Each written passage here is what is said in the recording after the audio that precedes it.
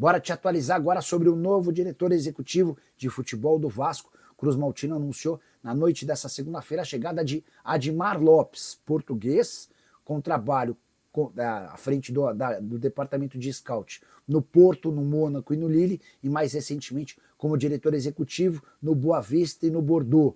O Vasco decidiu escolhê-lo até por conta dessa experiência no Boa Vista e no Bordeaux. Eram clubes com contexto de reconstrução e reestruturação, basicamente a situação do Vasco.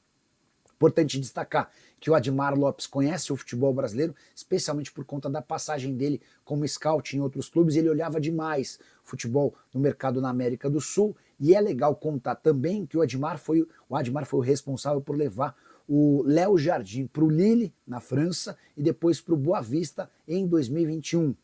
Em meio à negociação do Vasco para que o Léo Jardim fique, contar com alguém que conhece o Léo Jardim e já o contratou 2 vezes pode ser um trunfo extremamente importante. Saideira sobre o Vasco, o nome nem tinha sido divulgado pela imprensa, mas se não houvesse acordo com o Admar Lopes, a chance de o Vasco contratar o Lucas Andrino era enorme. Executivo de futebol que fez bom trabalho pelo São Bernardo no futebol paulista e hoje é executivo de futebol do Goiás, líder da Série B do Campeonato Brasileiro. O nome do Ademar, e eu hoje fui buscar para entender qual a razão do nome do Admar Lopes estar hoje como o diretor executivo do Vasco. E negociar com o Vasco hoje é um risco para o mercado. É duro a gente dizer isso, mas é uma grande realidade. E esse profissional, o Admar Lopes, ele tem essa facilidade de trânsito exatamente pelo tanto de negócio que ele já fez aqui. É um pouco dar a cara a tapa diante de uma realidade difícil que ele está acostumado, porque ele já trabalhou em clubes com orçamentos baixos, em alguns deu certo, em outros não deu certo, mas sempre trabalhou muito que no limite. Foi assim no Boa Vista, foi assim no próprio Lille, foi assim no Bordeaux. Em alguns deu certo, outros não deu certo, mas ele sempre botou a cara a tapa. É considerado um profissional no mercado de bom nível, é uma boa pessoa, é um cara que corre muito atrás. Inclusive, hoje nós recebemos um depoimento do Gustavo Sauer, que foi jogador dele, que fez muitos elogios a ele na época do Boa Vista, numa crise financeira, e ele dando a cara a tapa, e ele brigando pelos jogadores e brigando no clube. Enfim, então é um cara que não se esconde, é um cara que tem essa vontade de dar certo, mas é claro, ele não joga, ele não é o administrador principal, presidente, CEO, dono que seja, mas ele tem capacidade para poder fazer gerir. Então ele foi contratado muito por isso, porque ele está acostumado a entrar em clubes em situação complicada, a trabalhar com baixos orçamentos e a ter muitos contatos e, principalmente por sua credibilidade, abrir muitas portas. Ele tem uma previsão de chegada talvez para o final de semana, ainda não tem a certeza da data. Eu procurei hoje saber muito no Vasco, mas ninguém tinha essa informação. Mas o que eu busquei muito mesmo, foi entender quem era o Admar Lopes. Porque eu tenho uma característica de buscar, com pessoas que viveram ou conviveram ao lado dele, referências. Entender quem é esse profissional. Porque ele surgiu praticamente do nada para nós. Nós não conhecemos, como também não conhecíamos o Mário Branco, que é um profissional até acima do Admar, mas não é tão conhecido de nós. Talvez por ignorância nossa, né? Muito mais por ignorância do que por falta de, digamos assim, de nome deles na Europa. Os europeus são mais conhecidos do que para nós. É a mesma coisa você citar o nome do Rodrigo Caetano na Europa. Não se sabe se o Rodrigo Caetano também será assim tão conhecido, mas para nós é uma sumidade. A gente conhece muito mais do que a gente convive. Mas eu fui buscar com jornalistas e pessoas que, teoricamente, podiam ter cruzado, e deu o exemplo do Gustavo Sauer, esse jogador que hoje conversou com o Jean Faísca, e disse isso, do profissional que ele é. Ouvi também de alguns empresários que conviveram com ele na época do Boa Vista, que é um diretor executivo muito ativo, que não gosta muito de mídia, não é muito de aparecer, mas é um cara muito ativo e gosta muito de solucionar problemas. É um cara que sente as coisas, não é um cara que passa ao largo, não tem uma função assim quieta, ele é inquieto no que ele fala. Porém, alguns depoimentos, e eu preciso trazer, porque isso aí é a nossa função, acima de tudo, trazem sim uma preocupação. Eu vou falar aqui de alguns profissionais com quem entrei em contato hoje. Por exemplo, fui atrás dos companheiros da imprensa portuguesa, onde ele começou, ele debutou sua carreira no Porto e no Boa Vista, fundamentalmente, onde ele trabalhou com o Paulinho e também levou o goleiro Léo Jardim para lá. E eu falei com o Antônio Mendes, jornalista da Bola.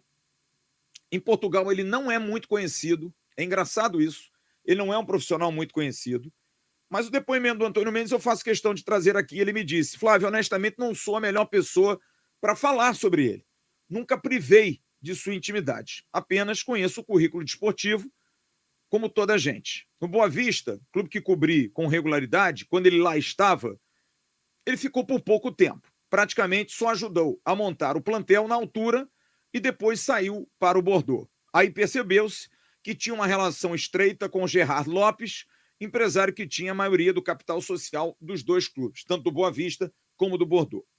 O que se passou depois não abona muito em seu favor, convenhamos, uma vez que o Bordeaux caiu numa crise profunda e quase desapareceu do mapa do futebol francês, enquanto o Boa Vista desceu, essa época, a Liga 2, mas com o Admar sem qualquer intervenção, obviamente, porque já saiu do Bessa, do Bessa é a sede do Boa Vista, há muito tempo. Dá para ver que é um depoimento sem um profundo conhecimento, mas fica uma marca de uma relação, principalmente com o empresário Gerard Lopes, que a gente vai trazer mais à frente, que parece que seja a única coisa que seja a espinha na garganta do Admar Lopes. Como eu disse, em Portugal, poucos falaram, mas na França me parece bastante clara a aversão do francês, do jornalista francês, do torcedor francês, ao trabalho dele, mas principalmente pela aproximação a esse nome Gerard Lopes, que foi dono do Bordeaux e do Boa Vista, é um bilionário de Luxemburgo, que tem muita capacidade financeira, mas que não é um bom gestor. Os últimos 4 anos do Admar no Bordeaux não foram de grande destaque. O Henrique Frossard, da Rádio France, me deu um depoimento hoje. Flávio, dizem que ele é muito ruim, fez muita bobagem no Bordeaux, sem nenhuma contratação positiva. Mas me chamou a atenção o depoimento do Stéphane Darmani. Vocês devem conhecer, comentava o campeonato francês pelos canais ESPN e também pelo Sport TV. E o Darmani me passou um depoimento até pesado, que diz: só sei que ele é de confiança do Gerard Lopes, o que já não é bom sinal, sabendo o que ele faz no meio do futebol com Bordeaux e Boa Vista. Ele quebrou clubes, para resumir. Sobre seus trabalhos, não sei dizer. Nem sei se ele ficou muito tempo nesses clubes. Mas no Lille só esteve porque Gerard era o presidente. E realmente era. E aí eu fui correr atrás da informação sobre o Gerard.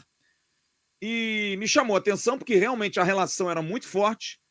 E essa reportagem do jornal Record de Portugal informa que Gerard Lopes foi condenado a 10 meses de prisão pela justiça francesa e diz o texto: o Tribunal Criminal de Lille condenou Gerard Lopes a 10 meses de prisão com pena suspensa, bem como aplicou uma multa de 45 mil euros ao empresário. Em causa está a cumplicidade de Gerard Lopes no exercício ilegal de profissão de um agente desportivo sem licença válida, bem como pelo fato de um empresário luxemburguês não ter declarado a contratação de um antigo goleiro do Lille, que atualmente trabalha para o Bordeaux. O jornal francês L'Équipe revelou que o acionista maioritário do Boa Vista e proprietário do Bordeaux marcou presença na audiência realizada hoje de manhã em Lille, isso é recente, no âmbito de um procedimento de admissão prévia de culpa e que Gerard Lopes dispõe agora de um prazo de 10 dias para recorrer dessa sentença.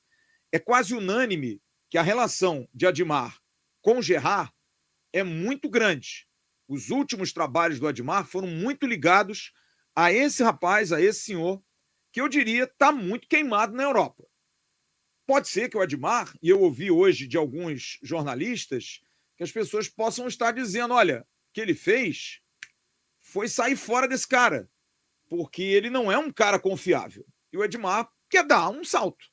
Confirmei hoje também a possibilidade dele ir para o Inter Miami. Ele chegou a enviar um contrato para os Estados Unidos, do Inter Miami, não recebeu o contrato de volta e, nesse interim, pintou a oportunidade do Vasco. Claramente, o Admar quer desvincular a sua imagem a esse profissional, a esse dono, a esse proprietário, seja lá como vocês queiram nominar a pessoa, para ele poder dar novos saltos, para ele buscar novas alternativas.